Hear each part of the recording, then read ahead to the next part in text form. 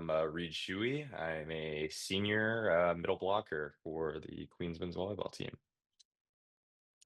And I'm Coach Roger Peluso in my first year at Queens University, and thank you for having us today. Yeah, Yeah, no, thank you. thanks for taking the time. I really appreciate it, and glad that I'm the one to get to have this conversation with you guys. So I'm gonna start, Coach Peluso. Like you said, this is your first year at the head of Queens men's volleyball, and it is Queen's third year in the MIVA.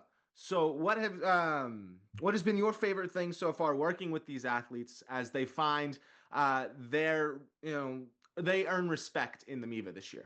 So the coolest thing about this group of athletes, especially at Reed's year, he's my son's age. My son is also a class of 22 from high school, and throughout his entire journey through club and USA and being part of those programs, we've built relationships and friendships and nemesis against all these athletes that are around the same age. And it's been pretty cool to follow their progress and see how they all kind of took their paths and where they landed and meeting the families. And then, then it extends on to when they play beach and sand and grass. And then my 2 years that I was at George Mason, we got to play a couple of these teams. So I feel like I've been part of their journey in some ways, but I'm actually even happier to be actually their coach in their current situation. It's been really welcoming from the university standpoint for the administration, all the athletes, all the families. It's been seamless, and I'm just excited to get back in the gym in the end of December to start putting our blueprint together because, as you know, the MIVA is an incredible conference, and we're trying to do our thing to stay reputable and hang with those big dogs, and just continue to be a program that's on the up and up. A program that's on the up and up on a lot of different levels. Reed, I don't know if you're involved with it, but while Queens may be a relatively small name, they've found a little bit of a success on the social media side of things with over 20 million views on a lot of a couple big videos. So if you have an opinion on it, well, how important is it for a program like Queens to have a social media presence in earning new fans and growing in this relatively young time in collegiate men's volleyball? Yeah, I am a part of our social media involvement and presence, so it's been super cool to see all that kind of take off this year. I think it's super important. Being a smaller name, kind of smaller school, I think it's super important. Fluso kind of came in and was huge on, our branding, getting our name, our logo out there. And I think the social media route is definitely done that for us or beginning to do that for us a little bit. It's super, I think, can be underutilized by a lot of teams, but if you do it the right way and take advantage of it, I mean, the algorithm in today's world is just crazy. So the amount of people that it reaches can be limitless. It's almost like this crazy exponential growth if it hits the right people. But it's been super fun. We've been really lucky. Unfortunately, we had one of our liberos, Matt Coco. He tore his ACL on the first practice of the year. So that's unfortunate, but he's kind of had this new role for us on our team and managing our social media and our TikTok and kind of generating all those ideas that we've been posting. But it's really great. It's really fun. I think people love to see, the highlights, the bounces, the blocks. But I think what really resonates with people is just the behind the scenes, day to day, almost like the goofy stuff, the bloopers, the randomness of volleyball that I think people relate to more almost than the highlight reels. So I think that really resonates with a lot of people and has kind of given us a good, decent following, good start of a following just for being so real and, transparent behind the scenes. So yeah, the social media has been great for us as a program. Yeah, no, I see that a lot. The being able to connect with an athlete doesn't matter, as long as it's the sport that you're interested in, you can find any athlete, and the following has been great. But back onto Queens as a program and your time with the program. Obviously, you're a 4-year senior right now, and you've grown right along with this program during the time in the MIVA. So what has been your biggest lesson that you've learned, and and that you're going to apply entering into this season? Yeah, no, it's definitely been a ride. My first year, we knew we were going into the MIVA the following year, so we were kind of exiting the IVA. And first year in the MIVA, it was definitely a cool kind of like wake up call. Hey, we're playing with all the big boys now. This is kind of what I'm here for. This is what I wanted to do. Um, I think my biggest probably lesson or takeaway or thing that I've learned is um, kind of just buy into the everyday, grind, the little things. And I think, I've only been with Roger for a short amount of time, but he's really come in and I think kind of rallied all of us together after so much uncertainty. And, his short tenure here so far, I think we're all bought into him and he really bought into us. And he cares about, every aspect of us as athletes and our program as a whole. So I think just buying into one person uh, and each other overall has just been really great. I tell my teammates all the time, hey, like I'm playing for you guys, and I hope will play for me in my senior year and kind of my last ride. So I think my biggest takeaway or lesson is just, play for the guys around you.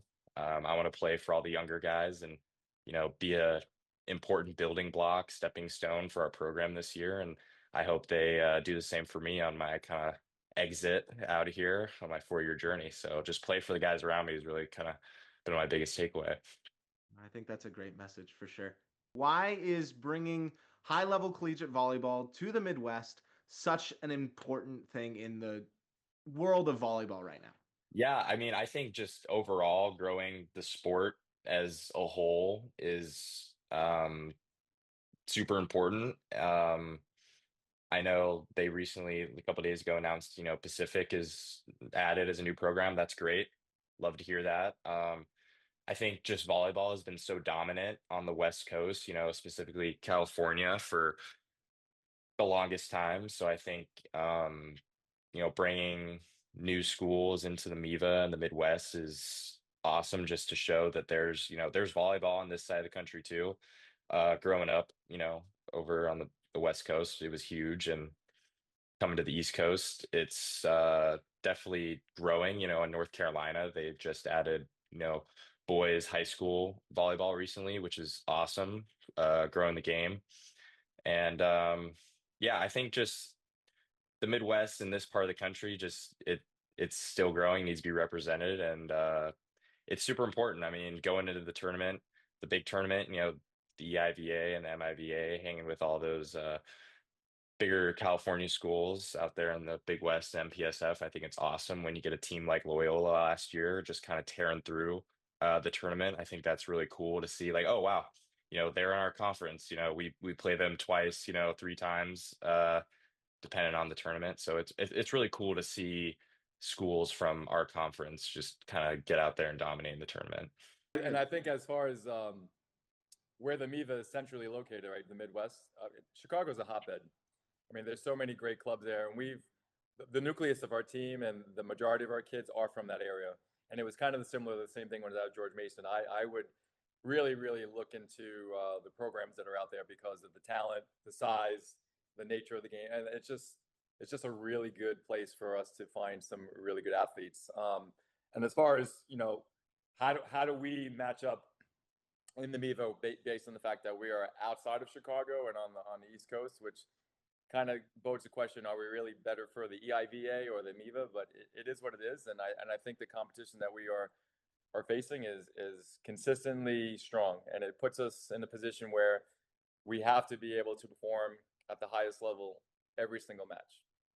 Bringing in the athletes that can sustain that, bringing in the talent, bringing in the buy-in, as Reed mentioned, as far as it's now it's about details and ownership for each individual to be accountable for what they do to be prepared athletically, academically, rehab, prehab, nutrition, sleep, all those things, because it factors into the equation. Because as you know, most of these matches you're traveling and you're playing back to back. And some schools, including us, when we travel, we are not able to take all 24 kids or 18 kids or whatever, and we have to go with the strategy that allows us to be competitive on both consecutive days. So there's a lot of things that factor into that, but I do think the MIVA is the powerhouse. I feel that give it a little bit more time and they're going to be breaking out and then they'll be back on that mountaintop again. Yeah. And that's the beauty about the MIVA, right? There's never a year where it's consistently one favorite. Everybody is vying for that, at the end of the year, that automatic qualifier into the tournament. And now with the expansion, how do you put yourselves in a position as a program to continuously going forward once this national championship tournament is expanded to vie for that MIVA auto qualifier? So it would be great if there was, an at-large bid for MIVA, right? For a MIVA team to get that at-large bid. But, you obviously have to think about strength of scheduling, and that obviously comes with costs. And then as Reed mentioned, California has the advantage because you can go down the entire coast and they're going to have teams that are already in the RPI of the top 20 and they'll achieve that no matter what. So that's a challenge, right? So, you have to be really strategic as far as how you're scheduling your non-conference and can you afford to go out there. But the one thing that I will say is this: is how do we get to be in that position and the expansion? Reed mentioned about the social media part of that, and we need to get Queens out in front of that the athletes, because I think the more that we are putting our brand out there, the more that we're putting what our program is coming to, it's going to keep our name in their thought process of which school to attend to. And you talked about the expansion too. Look at Northern Kentucky, Jim, who's a lot of these programs, and he's had success, and the kids that he brought in, and getting a lot of guys from the transfer portal. They're going to be right out of the gate. They're going to be super competitive, and I really look forward to seeing how he rattles up that whole conference again. Yeah. No, it's going to be, the MIVA is right back. I mean, they're always there, but oh my goodness, it's going to be a great year. We're garnering all these fans from TikTok. What can those fans expect when they tune into a Queens men's volleyball game? I think when they're, seeing us on TikTok, just seeing kind of the real us, sometimes the goofier videos blow up. But I think also, when they see that and then they tune in, they know that, hey, we're gonna be, we're still getting down to business and we're serious and we're trying to, prove ourselves as the kind of underdog in this conference. And I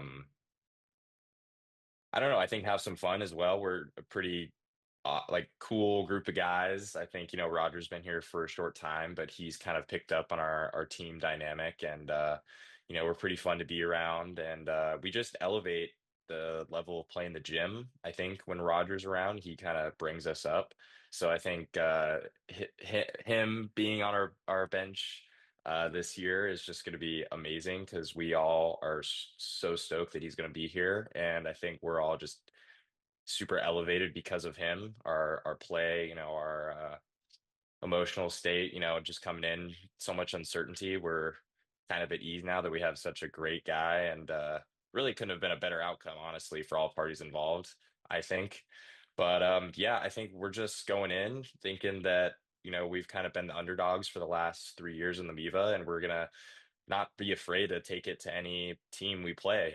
Last year we lost two kind of heartbreaker five setters to Ball State and Lewis. And I think, this year Roger come in, I think he's the guy that's going to push us in those, late game, fifth set when it's 12-12, like, hey, we're in the red zone. It's time to kind of push past and put over the edge and, take that statement win. So I think, people tuning in are going to be like, all right, these Queens guys are scrappy, they're competitive, and they're not afraid of any, bigger team in the conference. So to go back to your question about the program and the social media aspect, like I know it's a common theme, but Reed mentioned that it's fun. It has to be fun because you're spending so much time with these 24 guys or 20 guys or whatever your roster is, and once you go back, we report on the 29th and we start our practice then. And it goes all the way through, let's say, end of April. That's a lot of time together. So if it's not something that where you're enjoying everybody for the most part, you're grinding it out, there has to be a little bit of opportunity for us to express our creativity. And we are fortunate that Matt, even though that he's hurt, that he's still on board and taking on that lead to provide that outlet. And I think that's going to be super helpful because you get to see the humanistic side of what the athletes go through on a daily grind. And because even though the volleyball is the commonality between all of us, what's bringing us together, there's still personalities, there's still character, there's still development, there's still things that are you're going to benefit from being part of a team and being part of all those memories of traveling and bad times, good times, whatever, how the adversity goes. And this is what this whole journey is about. Yeah, we want to win. Yeah, we want to qualify. Yeah, we want to go to NCAA's and we want to, make this big statement. And that takes a lot of hard work. And I do believe we have the buy-in to do it. But the other parts are just equally as important because at what we have to try to do is create this culture where athletes are going to want to come here for all those right reasons. And if all that works out, great. But there's also the part of Queens and the experience of being a Division I athlete at Queens University and what our university provides for these athletes. And I am happy to take on this challenge, and it's going to be hard. But I know that I have the right support cast. I have great athletes, and the families that I met have been nothing but supportive. And I'm looking forward to getting it started and seeing where this goes this year. For Reed in your last year and Coach Peluso in your first year with Queens, what is something that you are most looking forward to in 2026 for this season? Last year, man, yeah, I can't even believe that I'm in my last year to begin with. It really has been the fastest 4 years of my life.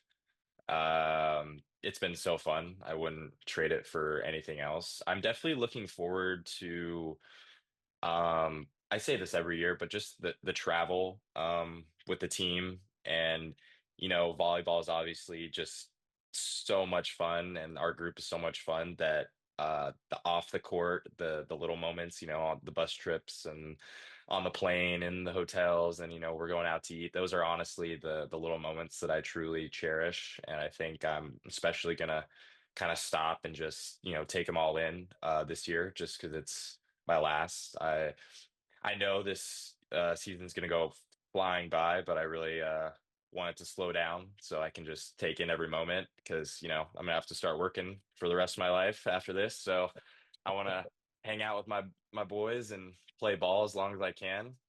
So yeah, I think just the little moments in between playing are truly what I'm gonna look forward to because that's where like the most fun stuff happens. There's going to be plenty of TikTok content when we're on bus rides doing interviews and all that fun stuff, so you'll have plenty to look forward to there content wise and all that great stuff. So yeah, I'm really looking forward to all that. I love it, Coach. I agree with Reed, but as anxious and excited I am to start, I agree with Reed. I want it to be pause because there's nothing like your first experience. There's nothing like your first time. And as quickly as I want December to be ended and January to start, I don't, because I want to enjoy all the moments and how this journey continues to build, and we climb that mountain step by step. And it's going to be a really great challenge, and I do think that we are going to make our impression known. I am also a little surprised that we have more followers than Nico Paula at Lewis because he's pretty much he is pretty creative, and he's actually a really good family friend of ours. And I know that guy hits that landscape pretty hard. Is that true though, Rob? We have more than Nico. Last I checked, you had 4,000. I haven't seen much of Nico in a while, so I'm not sure. But I'm sure he's going to be representing Lewis, right? Is he one? Yes, he is. Yeah. Yeah. No, I'll ask him. And you mentioned that, hey, Coach Roger was talking about you. Yeah. No, I'm sure he doesn't have as many millions of views as you guys do because I checked the other day and it's like 21 million. That was 2.1 million. I'm like, wow. That was kind of unreal how that happened. I mean, we started this TikTok account maybe 3 months ago. I think we're probably at 3,500, maybe pushing 4,000. I think you've surpassed or something like that. Sure. Yeah, maybe something like that. But yeah, there's maybe 2 or 3 videos that really like took off kind of out of nowhere, and then just kind of like I said earlier, just the exponential growth of the algorithm and TikTok and how that all works. It just like when it takes off and it keeps going, it goes, and there's trust me, it's insane. It's a wild landscape, and it's a landscape like you guys have very plainly put out that is very much needed in our sport to grow the sport, to grow its engagement, and such an untapped I'm glad resource. that somebody else has picked up on it because we do not do enough to amplify just how talented everyone is and how exciting this game truly is. But to end us off, I've got one last question. Sure. Why should Queens be feared in the MIVA? Why should they be a team to be feared in the MIVA this year? Yeah, I think just kind of like what I was saying before, I think, the past 3 years, people, we're the underdogs. I think people underestimate us. I think we're truly, scrappy, and we're not necessarily going to be the biggest team out there. But man, we got some dudes that can play. I mean, we got so much depth in each position, and the practices, and A team versus B team, it is just so competitive. And any given day, we have guys that can come in and really tear it up. So yeah, I think we're just a scrappy team that we're all buying into Roger, and he's buying into us. I think that we're going to be very, underestimated in what that can do, especially I feel like for me in my last year, I kind of want to go out with a bang. So I just don't think we're afraid. I think after having two, solid years of MIVA play, I think, we've seen the conference, and we've seen the situations that, are possible that we've gotten ourselves in. And I just don't think we're afraid of anybody, really. I think we're just gonna give it to any team on any given night. And yeah. Love it. So Reed hit some really good things. As far as having been exposed to the conference teams with prior history, that gives them enough confidence to believe that things can be achieved, right? And when we are in the gym and we're competing, there's a lot of stress and emphasis on intent and purpose. And I have them believing in that what we do is intentional and purposeful. And I believe as we continue to improve in our gym, that's where we'll make the statement. But it's got to evolve, right? We got to figure this out, and our schedule in the beginning allows us to do things and be creative with different things, and allowing us to come in the gym 2 weeks prior to our first match is going to be huge for us. And I think that's going to be a great starting point. And then we go into conference after a couple games, a couple matches on our belt, so we'll get there. But nothing's going to be easy, and I don't want it to be easy, because I want these athletes to understand how much work they have to put in, because at the end of the day, it's gonna fall on them. And I'm so happy that Reed's in charge of that team, and he's got two other guys behind him that will equally match his sentiment, and bringing in all the other guys with him. That it's going to be a great recipe for success. So stay tuned, Rob. Can't wait. Cannot wait. Appreciate Well, that. I appreciate you guys taking the time to talk to me, and you know, every conversation I've had so far just gives me ever more confidence in this conference and these teams. And I'm sure to get out to at least a number of these matches this season. So I'm looking forward to seeing what you guys do this year. Absolutely. And when you come, you let us know. We'll give you the I VIP will. treatment. I will. Yep. Yep. that's the only way I can do it. So I appreciate you guys taking the time, and No, thank you. This is awesome. Yeah. I appreciate you having us on here. Yes, it was fun.